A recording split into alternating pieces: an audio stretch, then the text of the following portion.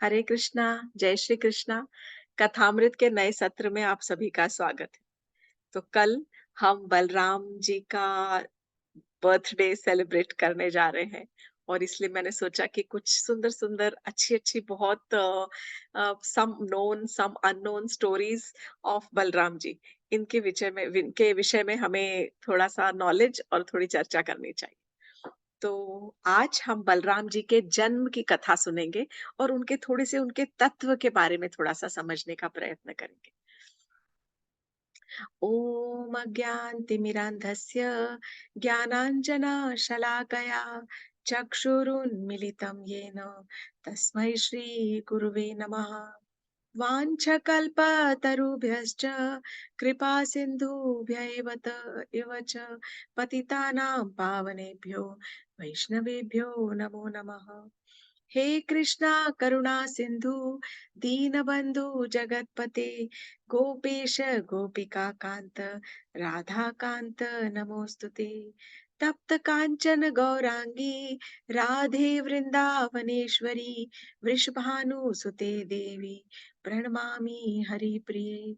हरे कृष्णा कृष्णा कृष्णा हरे हरे, हरे राम राम राम हरे हरे।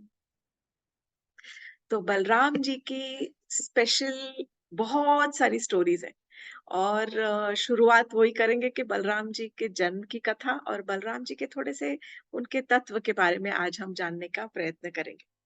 हम सब जानते हैं बलराम जी कृष्ण भगवान जी के बड़े भाई के रूप में उन्होंने अवतार लिया था, उन्होंने जन्म लिया था एक्चुअली। वो स्वयं कृष्ण का ही एक अवतार है। He is the 8th incarnation, 8वें अवतार है और literally he is one of the main, जो उनके 10 अवतारों में से वो एक खास, वैसे तो यूं तो बहुत सारे हैं पर 10 अवतार में उनका खास एक 8वें अवतार के नाम से उनका नाम आता है कि ये बलराम अवतार है, बलदेव अवतार है। बलराम जी के कई सारे नाम हैं। उनमें से कुछ नाम है अनंत, अनंत शेष के नाम से हम जानते हैं, अनंत उनका नाम है। बलराम, बलदेव, रोहिणी नंदन, क्योंकि वे रोहिणी देवी के पुत्र थे, रोहिणी के गर्भ से पैदा हुए थे। हलधर अर्थात हल उठाने वाले, टेकिंग द प्लाउ। हल वो होता है एग्रीकल्चरल इंस्ट्रूमेंट जिससे हम खेत को जोतते हैं, साफ करते हैं, क्लीन करते हैं। तो हलधर और व्रज में सबसे सुंदर जो नाम था उनका वो था दाऊजी, क्योंकि कृष्ण भगवान जी के वो बड़े भाई थे तो कृष्ण भगवान जी उनको प्रेम से दाऊजी कहकर बुलाते थे, या बलदाऊ। बलदाऊ तो बाकी के सब कहते थे पर दाऊजी कहकर बुलाते थे, अर्थात बड़े भैया। इस प्रकार उनके कई सारे नाम थे। बलराम जी जो हैं त्रेता युग में वो रामचंद्र जी के साथ में, सब एक्चुअली सबसे पहले तो उनका जो ओरिजिनल है, तो बलराम जी ओरिजिनल अनंत या अनंत शेष के रूप में उनका जो मेन जो अवतार है समझो वो अनंत शेष है। और अनंत शेष के रूप में उन्होंने बहुत सुंदर सी एक शांत शैया बनाकर दी हुई है भगवान जी के लिए। और इसके बाद वो त्रेता युग में जब रामचंद्र जी का अवतार हुआ तब रामचंद्र जी के छोटे भाई लक्ष्मण जी बनकर आए थे। लक्ष्मण जी जब बनकर आए थे तब उन्हें कुछ कुछ ऐसे कार्य करने पड़े जिसमें उनका मन ठीक नहीं लग रहा था।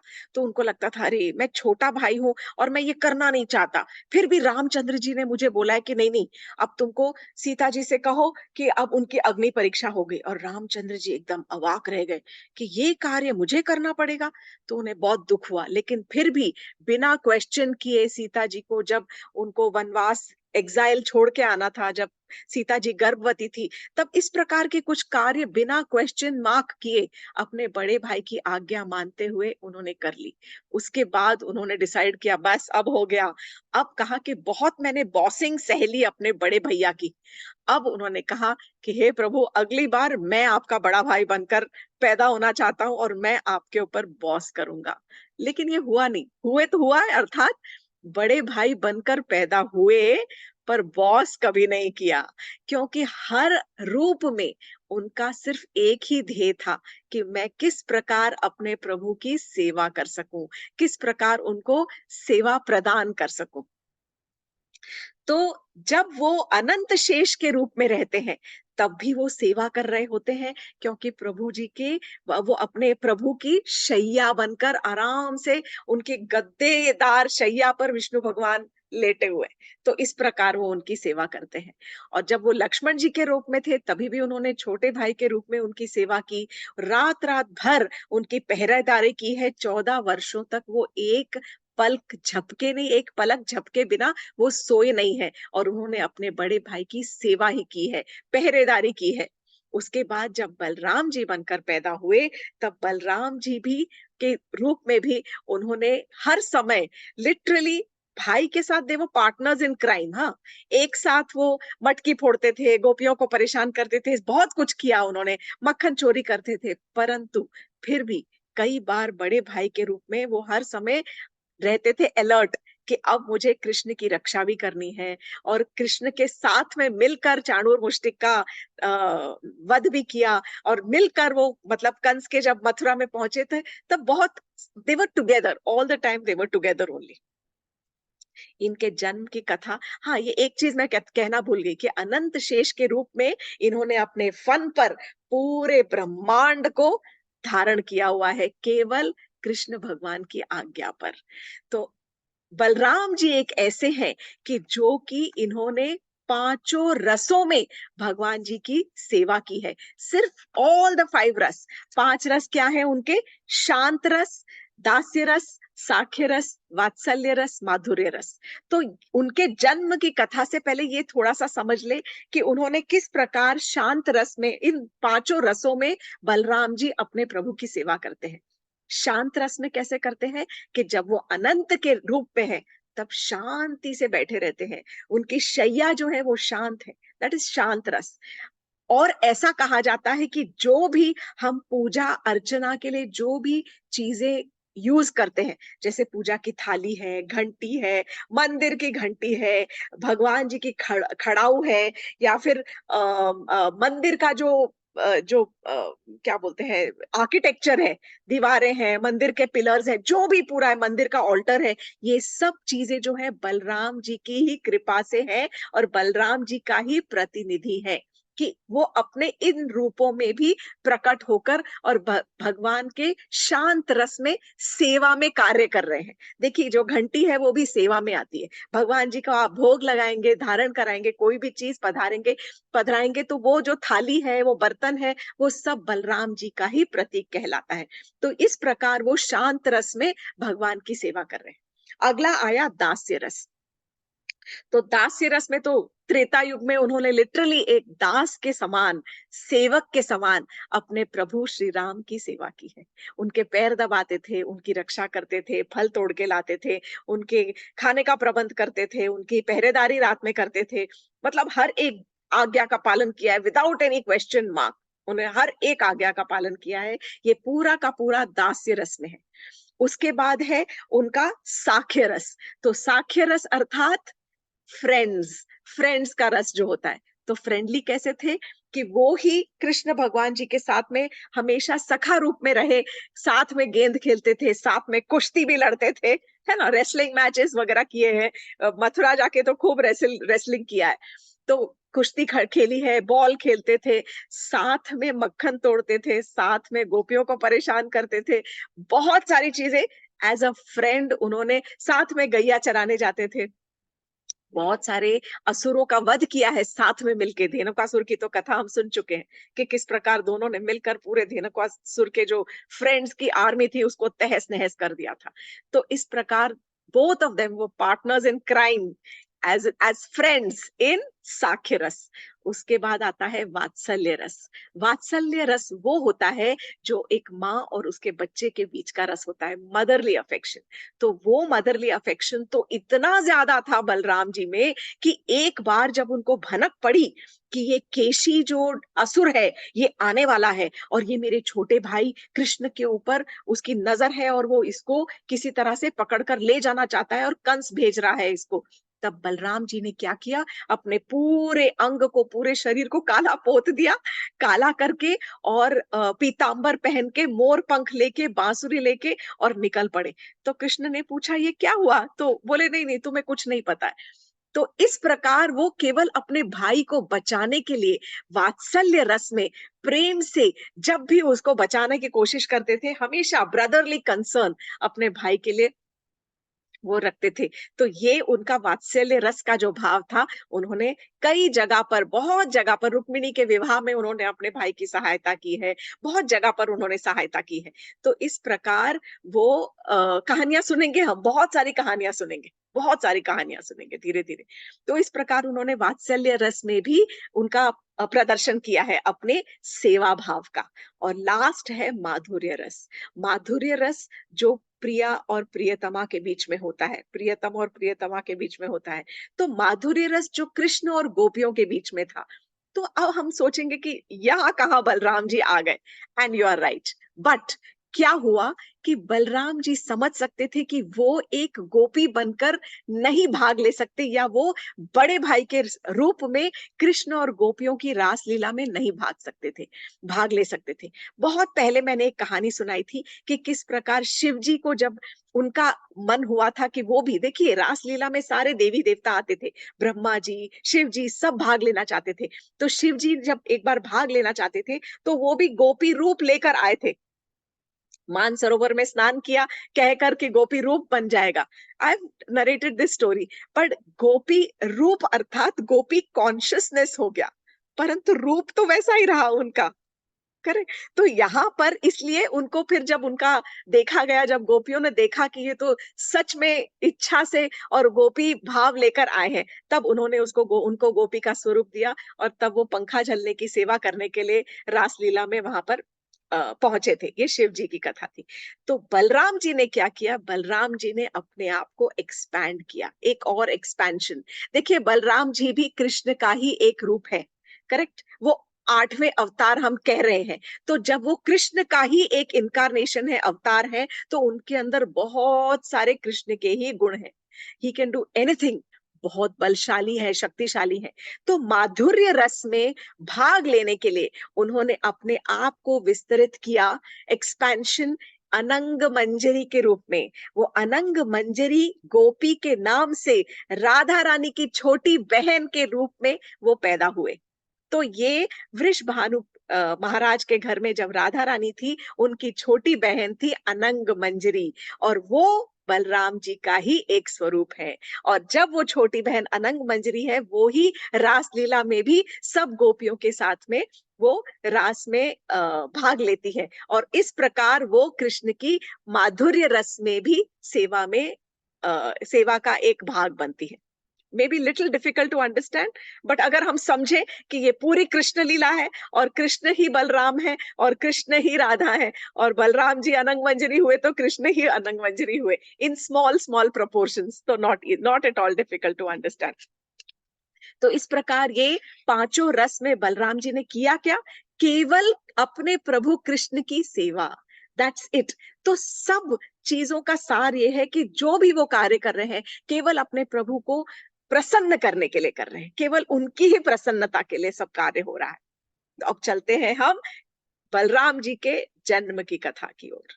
तो ये तब से शुरू होता है, थोड़ा थोड़ा इसके अंदर आपको कृष्ण की कथा का भी झलक आएगी ही, 100% आएगी। एंड नथिंग रॉन्ग, क्योंकि अब जन्माष्टमी आ ही रही है, तो थोड़ा सा रिकैप भी हो जाएगा कृष्ण जन्म की कथा का। बट बलराम जी की भी कथा almost background is the same. तो मथुरा के एक राजा थे उग्रसेन, जिनका एक पुत्र था कंस, और कंस की एक चचेरी बहन थी जिसका नाम था देवकी। कंस अपनी बहन से बहुत प्रेम करता था, और देवकी का विवाह जो है वो वसुदेव जी के साथ में फिक्स हो गया, निश्चित किया गया। जब विवाह के लिए जब सब अरेंजमेंट्स किए गए, तो कंस ने पर्सनली सारे अरेंजमेंट्स अच्छे से देखे कि अरे मेरी बहन का विवाह हो रहा है। ही वाज पर्सनली देयर कि एक एक चीज सब सही सलामत होनी चाहिए। विवाह अच्छी तरह से हो गया। विवाह होने के पश्चात कंस ने कहा कि अब मैं अपने बहन और बहनोई को, जीजा का मैं सारथी बनूंगा। सारथी को हटाकर वो रथ पर खुद आरूढ़ हो गया, सारथी बन गया, और अपनी बहन को और जीजा को उनके घर ले जा रहा था। जब ले जा रहा था तो रास्ते में एक आकाशवाणी हुई। ये मैं बहुत संक्षिप्त और बहुत शॉर्ट में एक कथा सुना रही हूँ, बिकॉज हम बलराम जी की कथा पर फोकस करने जा रहे हैं। तो जब ये आकाशवाणी हुई कि अरे मूर्ख कंस, जिस बहन को तुम जिस अपना इतना प्रिय प्रेम करते हो, उसी बहन को जहाँ जिसको तुम अपने प्रेम से सारथी बनकर ले जा रहे हो, उस बहन की 8वीं संतान तुम्हारी मृत्यु का कारण होगी। और ये कहकर आकाशवाणी ओवर। कंस भय से भयभीत हो गया, बहुत ज्यादा भय। किस चीज का भय? मृत्यु का भय था उसको। सब मनुष्यों को नॉर्मली मृत्यु का भय होता ही है। फिर भी उस वक़्त तुरंत उसने अपनी तलवार निकाली और खड्ग निकाल कर देवकी के केश पकड़कर, बाल पकड़ के और तुरंत उसको मारने के लिए तैयार हो गया।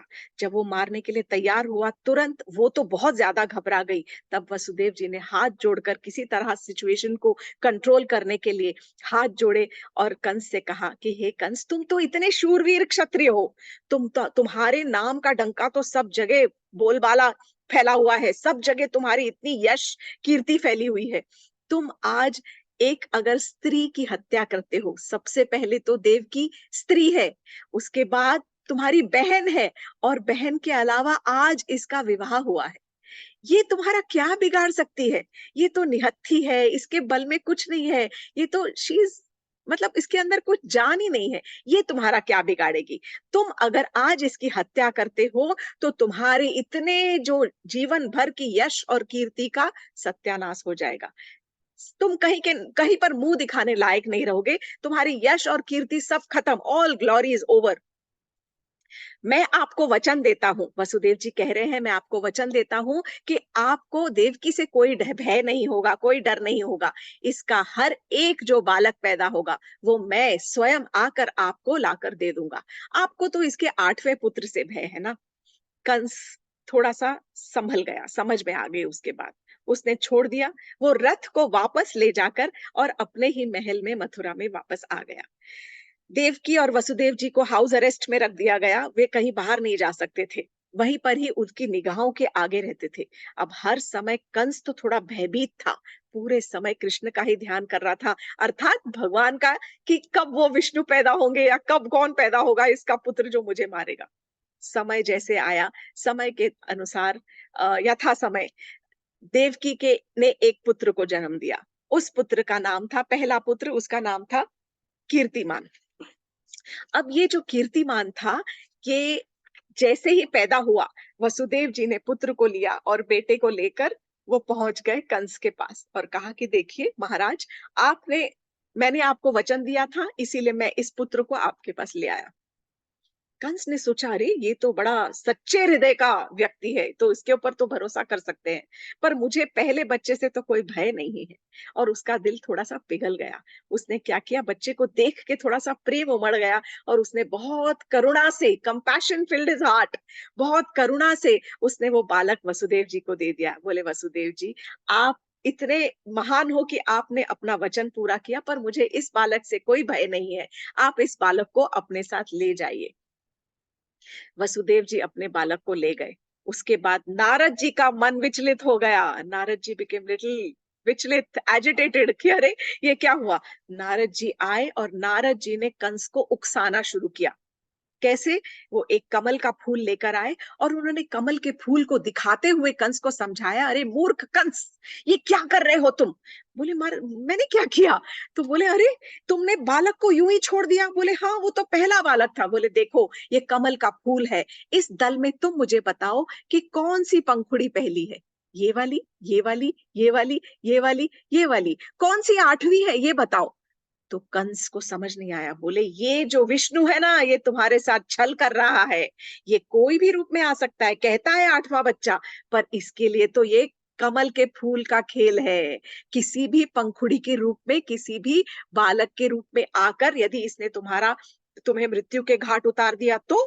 इस प्रकार कहकर नारद मुनि ने कंस को भ्रमित कर दिया और उसको उकसाया। उसके बाद नारद मुनि तो चले गए, परंतु कंस के हृदय में फिर से मृत्यु का भय जागृत हो गया और उस भय को लेकर वो तुरंत गया और उसने वसुदेव जी से वो बालक को लिया और उसको पटक कर दीवार पर उसको मार डाला।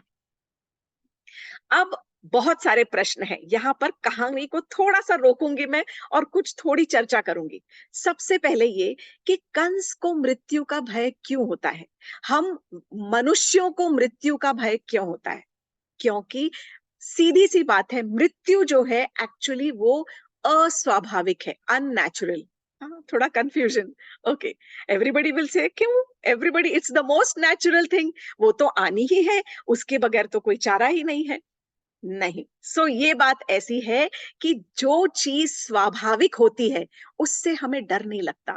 जैसे आकाश में अगर पंछी उड़ रहे हैं तो वो आकाश उन पंछियों के लिए, पक्षियों के लिए नेचुरल एनवायरनमेंट है। कोई पक्षी कभी उड़ने से कभी डरता नहीं, कोई मछली पानी के अंदर तैरने से डरती नहीं, क्योंकि वो उसका नेचुरल एनवायरनमेंट है। अगर मैंने मछली को पानी से बाहर निकलेगा निकाल दिया तो वो तड़प जाएगी। पक्षी को उतार कर अगर मैंने यहाँ पिंजड़े में बांध के या पानी के अंदर डाल दिया तो वो तड़प जाएगा। सिमिलरली, जो हमारे जीव का जो स्वाभाविक एनवायरनमेंट है, जो स्वाभाविक नेचर है, वो है इमोर्टैलिटी, अमरत्व। अमर रहने का जो वो है, वो हमारे जीव जो सोल है, हमारी आत्मा। तो हमारी आत्मा का जो बेसिक नेचर, एक्चुअली ओरिजिनल स्वाभाविक जो नेचर है, वो है अमरत्व। लेकिन वो जीव क्योंकि इस शरीर के अंदर फंसा हुआ है, और शरीर जो है वो जन्म और मृत्यु के चक्कर से नहीं निकल पाता, वो उसको जन्म और मृत्यु फेस करनी ही पड़ती है। इसीलिए जब वो इस शरीर के अंदर आता है, तब ये शरीर उस भावनाओं को फेस करता है। किस तरह की भावनाओं को? फियर। देखिए, फियर जो है वो it is an emotion, an emotion of the body. तो वो जो डर है वो हमारे शरीर को और हमारे मन को लगने लग जाता है। तो क्यों? क्योंकि ये हमारा नेचुरल स्वाभाविक एनवायरनमेंट नहीं है। तो अब इस नेचुरल एनवायरनमेंट से कैसे निकला जाए, इस फियर से, इस भय से कैसे निकला जाए? यदि कोई कहता है कि मुझे मृत्यु का भय है, तो क्या करूं मैं, मुझे बहुत डर लगता है मृत्यु से। मोस्ट 98, 99, 100% जो व्यक्ति है, सबको मृत्यु से डर लगता ही है। It is very painful. तो इसका एक ही सरल उपाय है, भय के कारण को निकालने से भय का जो फीलिंग है, इमोशन है, जो भय की भावना है, वो नहीं जाती। भय के कारण को अगर निकाल दिया तो भी, अगर सामने शेर है और उससे डर लग गया, शेर को हटा दिया तो भी तुरंत जो है वो भय नहीं जाता, क्योंकि भय एक इमोशन है, एक फीलिंग है। वो भावना फिर भी अंदर रहती है, शरीर कांपता रहता है उसके जाने के काफी समय बाद। सोच सोच के उसके बारे में डर के मारे हम कांपते रहते हैं। तो क्या हुआ कि इस प्रकार से इसका जो तोड़ केवल यही है कि यदि हम भगवान की शरणागति करते हैं, यदि हम भगवान की शरण लेते हैं, तो ही जितना ज्यादा, द मोर द सरेंडर, जितनी ज्यादा हमारी शरणागति होगी, उतना ही हमारा भय कम होगा। और जितना ज्यादा हमारा विश्वास, सबसे पहले हमारा विश्वास ज्यादा होगा, तो हमारी शरणागति ज्यादा होगी। शरणागति ज्यादा होगी तो हमारा भय कम होगा। तो this was explanation of the fear of death. दूसरा जो एक्सप्लेनेशन मैं यहाँ देना चाहती हूँ वो ये है कि नारद मुनि ने ऐसा क्यों उकसाया। उनको नहीं उकसाना चाहिए था ना, वो बेचारे कीर्तिमान की क्या गलती थी यार, वो क्यों मर गया। तो ये नारद मुनि ने इसलिए उकसाया क्योंकि वो चाहते थे कि जितनी जल्दी कृष्ण का जन्म हो उतना अच्छा।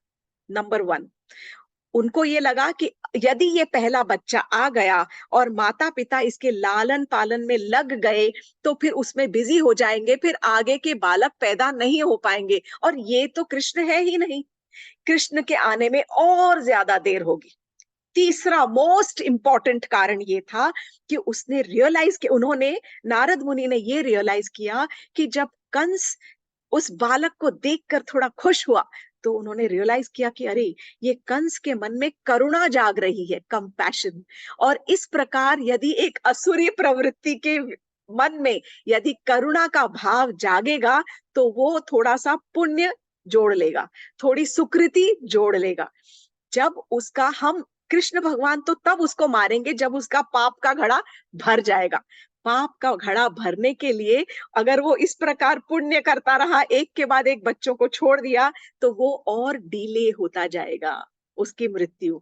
और तब तक बाकी जो आम जनता है उनको बहुत ज्यादा भय, क्योंकि बाकियों पर तो वो अत्याचार कर ही रहा था।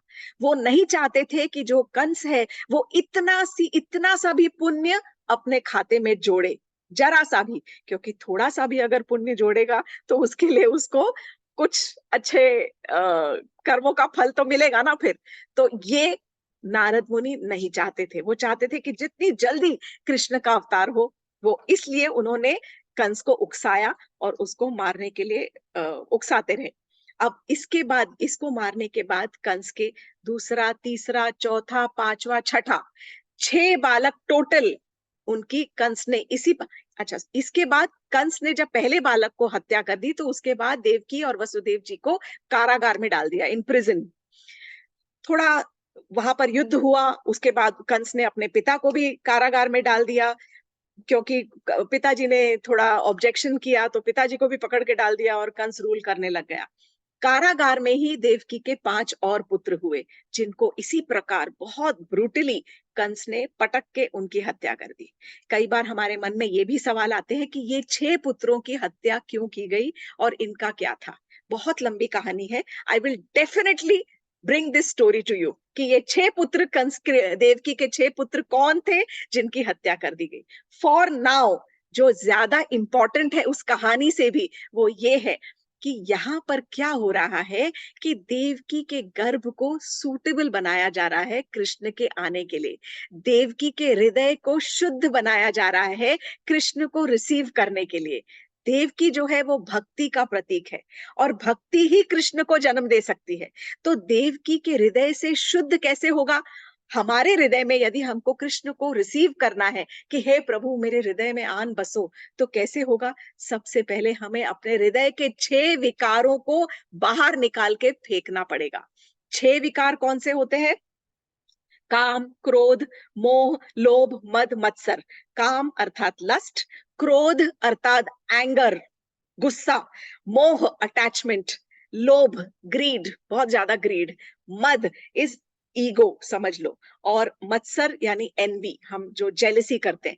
ये जो 6 विकार हैं, ये जो 6 बालक हैं, ये 6 विकारों के प्रतीक हैं।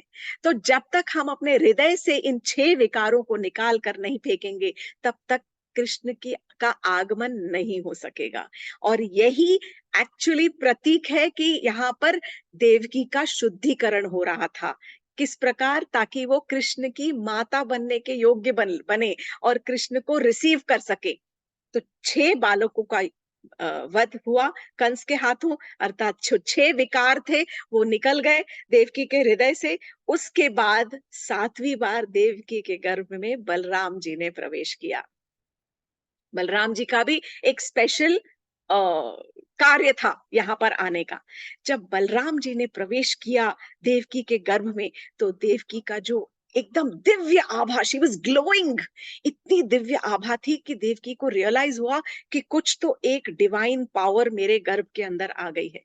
और ये देखकर ये कंस को भी रियलाइज हो रहा था कि देवकी तो बहुत ऐसे चमक रही है, बहुत आभा छूट रही है, जरूर कहीं ये विष्णु तो नहीं। वो भी समझ रहा था, और देवकी को अब अंदर ही अंदर घबराहट और डर लगने लग गया। कृष्ण भगवान जी ने तब तुरंत योग माया को बुलाया, और योग माया को बुलाकर उसको 2 इंस्ट्रक्शंस दिए और उनसे कहा कि Yog Maya, 2 things for you to do, 2 कार्य है जो आपको मेरे लिए करने हैं। पहला कार्य ये है कि आप देवकी के गर्भ से जो बालक वहां पर है उसको आप रोहिणी जी के गर्भ में स्थानांतरित कर दो। Embryo transplantation, first case of embryo transplantation. तो तब उन्होंने वो संकर्षण के रूप में आकर्षित करके, योग माया ने पहला कार्य किया कि आकर्षित करके देवकी के गर्भ से रोहिणी जी के गर्भ में उनको इम्प्लांट कर दिया, या ट्रांसपोर्टेशन कर दिया, स्थानांतरित कर दिया उस गर्भ को। दूसरा कार्य ये दिया गया था कि देवकी, जब योग माया से कृष्ण भगवान जी ने कहा कि अब जब मैं पैदा होऊंगा, तब आपका ये कार्य होगा कि आप सारे के सारे जेल में जितने कर्मचारी हैं सबको घोर निद्रा में डाल देना। आप यशोदा मैया के यहाँ जन्म लेंगी, और तब the babies will be swapped, change किया जाएगा। आप मेरी जगह आ जाओगे और मैं आपकी जगह पहुंच जाऊंगा गोकुल में। और योग माया ने हाथ जोड़कर प्रणाम किया, उनकी आज्ञा को स्वीकार किया। अब रोहिणी जी कौन थी? वसुदेव जी की एक पत्नी रोहिणी थी। देवकी से विवाह से पूर्व उनकी पत्नी थी रोहिणी जी, जो कि अलग रहती, मतलब साथ में ही थी, पर क्योंकि ये विवाह करने गए और फिर विवाह लेकर के तो वापस आए ही नहीं, सीधा हाउस अरेस्ट में चले गए। तब उनके कंस के भय के कारण रोहिणी जी नंद बाबा के घर जाकर रहने लगी। नंद बाबा वसुदेव जी के बहुत घनिष्ठ मित्र थे। इस प्रकार उनके जो फ्रेंड थे वो उनकी पत्नी को अपने घर ले जाकर चले गए। यहाँ सबको लगा कि वसुदेव जी जो है, देवकी जो है, उनका मिसकैरेज हो गया और यहाँ रोहिणी जी के गर्भ में बलराम जी ने प्रवेश किया। अब ऐसा हुआ कि कुछ समय के बाद में योग माया ने तो अपना कार्य किया, पर कुछ समय के बाद रोहिणी देवी के गर्भ से बलराम जी ने जन्म लिया। क्योंकि इनका ट्रांसपोर्टेशन हुआ था, इनको आकर्षित करके एक जगह से लेके दूसरी जगह ट्रांसपोर्ट किया था, इसीलिए इनका नाम संकर्षण पड़ा। संकर्षित किया, संकर्षण, दैट इज व्हाई उनका नाम संकर्षण पड़ा। संकर्षण उनको इसलिए भी कहा जाता है क्योंकि ये सारे जगत को आकर्षित करते हैं। he attracts everybody towards himself, सारे ब्रह्मांड को, इसलिए। और एक और कारण है संकर्षण, क्योंकि जैसे ग्रेविटी है, ग्रेविटी को हम कहते हैं गुरुत्वाकर्षण इन हिंदी, गुरुत्वाकर्षण कहते हैं ग्रेविटी। ग्रेविटी है इसीलिए हम सीधा खड़े रह पाते हैं। हम चांद पे पहुंच गए हैं, चंद्रयान 3 चांद पे पहुंचा है, परंतु चांद पर देयर इज नो ग्रेविटी, तो लोग उछलते रहते हैं, there is no gravity at all, everybody is flying in the air. यहाँ पर जो गुरुत्वाकर्षण है, that is only because of the power of Balram ji की कृपा की वजह से है। ये सारी की सारी जो गुरुत्वाकर्षण ग्रेविटी है, ये पूरी बलराम जी से ही आती है, इसीलिए उनका नाम एक संकर्षण है। अब बलराम जी का जन्म हो गया, श्रावण महीने का जो पूर्णमासी आती है, कल पूर्णमासी है और कल उनका बर्थडे मनाया जाता है। यहाँ पर एक क्वेश्चन ये आता है कि Balram ji, why was this transportation done, क्यों किया गया था, क्या क्या क्यों बलराम जी को, सबसे पहले तो बलराम जी देवकी के गर्भ में आए और उसके बाद वहां पर क्यों पहुंचे, डायरेक्ट जा सकते थे। बलराम जी जो है वो एक हल धारी है, हल अर्थात प्लाव, हल लेकर, उनका जो चीफ है वो हल उठाते हैं और गदा, वो हल और गदा उनके वेपन्स है। तो वो जो हल उठाते हैं, हल कृषि एग्रीकल्चर का प्रतीक है। और बलराम जी जब देवकी के गर्भ में आए तब उन्होंने, वो विकार तो हट गए थे, जो 6 बच्चे बालक विकारों का प्रतीक था वो हट गए थे, लेकिन बलराम जी के हल से, ऐसा कहा जाता है, आचार्य इसको ऐसा ही उसका विश्लेषण करते हैं कि बलराम जी के हल से उन्होंने पूरी जो गर्भ था देवकी का, उसको, जैसे जमीन जोतते हैं बीज बोने के लिए, कोई भी उपज के लिए सबसे पहले हल से जमीन को, सख्त जमीन को जोता जाता है, उसको ढीला किया जाता है मिट्टी को, और मिट्टी को ढीला करने के बाद उसके अंदर बीज बोया जाता है। तो इस प्रकार बलराम जी ने अपने हल से जो देवकी का जो गर्भ था उसको पूरा शुद्धिकरण किया है, और पूरा शुद्ध करके अपने प्रेजेंस से, और फिर जब उनका काम पूरा हो गया, क्योंकि उनका भी जीवित रहना आवश्यक था, पूरा जब रह गया, वो पूरा जोत के उन्होंने पूरा प्योरिफिकेशन, शुद्धिकरण कर दिया देवकी के गर्भ का, तब उनका स्थानांतरण हुआ रोहिणी देवी के गर्भ में।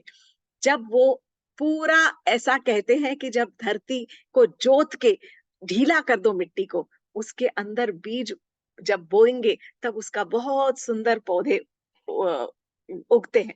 इसी प्रकार जब हम अपने हृदय के अंदर उसी क्या बोलते हैं, हल से अच्छे से अपने हृदय को साफ करेंगे और जोतेंगे, तब हम अपने हृदय के अंदर भक्ति लता के बीज को बो सकते हैं। ये भक्ति का बीज है जो बो के, और उसके बाद भक्ति की लता जो उपजेगी, वो ये करने के लिए, वो भक्ति पैदा करने के लिए, वो प्रेम पैदा करने के लिए बलराम जी को अपने हृदय के अंदर आना बहुत ज्यादा जरूरी है, क्योंकि वो सारा कार्य अपने हल से करते हैं। थोड़ी सी गूढ़ है रहस्य, परंतु इस प्रकार बलराम जी का जन्म हुआ, और उसके बाद में बहुत, फिर जब कृष्ण जन्म हुआ तो कृष्ण और बलराम जी के जन्म की बहुत सारी, बहुत गोरे चिट्टे थे, बहुत सुंदर थे। वो ब्लू कलर की धोती इसलिए पहनते हैं क्योंकि कृष्ण जो है वो श्याम वर्ण है। कृष्ण भगवान जी पीली धोती इसलिए पहनते हैं क्योंकि राधा रानी कांति अर्थात गोल्डन कलर की है, स्वर्ण स्वर्ण के कलर की है। तो राधा रानी के कलर की से अट्रैक्ट होकर कृष्ण येलो पहनते हैं, कृष्ण के कलर से अट्रैक्ट होकर राधा रानी भी ब्लू पहनती है और बलराम जी भी ब्लू पहनते हैं। हमेशा ब्लू कलर की धोती पहनते हैं, बहुत गोरे-चिट्टे हैं, पूर्णमासी के दिन उनका जन्म हुआ है और इसीलिए जन्म हुआ है क्योंकि वो एक गुरु तत्व कहलाते हैं। ही इज़ द आदि गुरु। गुरु क्या करता है? हमारे हृदय को साफ करता है, क्लीन करता है और यही कार्य बलदेव जी भी करते हैं, बलराम जी भी करते हैं। वो ही हृदय को हमारे साफ करते हैं, कृष्ण के आने के लिए हमारे हृदय को शुद्ध करते हैं। तो बलराम जी का ही तत्व हमको अपने गुरु में देखना चाहिए। तो बलराम जी जो है वो आदि गुरु है, द ओरिजिनल गुरु। इस प्रकार का उनको स्टेटस दिया गया है हमारे भागवत, हमारे शास्त्रों के अंदर। ये थी बलराम जी के जन्म की कथा, बलराम जी के विवाह की कथा, बलराम जी के बचपन की कथा, बलराम जी के बहुत सारी कथाएँ मैंने कहानियाँ अभी की है कि बलराम जी ने महाभारत के युद्ध में क्यों नहीं भाग लिया, बलराम जी ने कृष्ण के कुछ एकाध पोती के विवाह के टाइम पे भी कुछ तो किया था, something he helped. So lots of stories of Balram ji. I am going to come up soon, एक by one after the other, कुछ थोड़ी-थोड़ी बलराम जी की कहानियाँ अब मैं आपको सुनाने का प्रयत्न करूँगी। तो यहाँ पे हम बलराम जी को प्रणाम करते हैं और उनसे प्रार्थना करते हैं कि हे बलराम जी, जिस प्रकार आपने के देवकी के गर्भ में आकर देवकी के गर्भ को कृष्ण के आने के लिए एकदम पवित्र किया, सूटेबल किया, आप उसी प्रकार हमारे हृदय को पवित्र करें, हमारे हृदय से हमारे सब विकारों को नष्ट करें, ताकि हमारे हृदय के अंदर हम भक्ति लता के बीज को बोएं, ताकि थोड़ी-थोड़ी भक्ति, थोड़ा-थोड़ा विश्वास जागृत हो और थोड़ा-थोड़ा करके धीरे-धीरे वो जो लता है, वो फैलती जाए और हमारे मन में कृष्ण के प्रति खूब ढेर सारा प्रेम पैदा। हरे कृष्णा, जय श्री कृष्ण।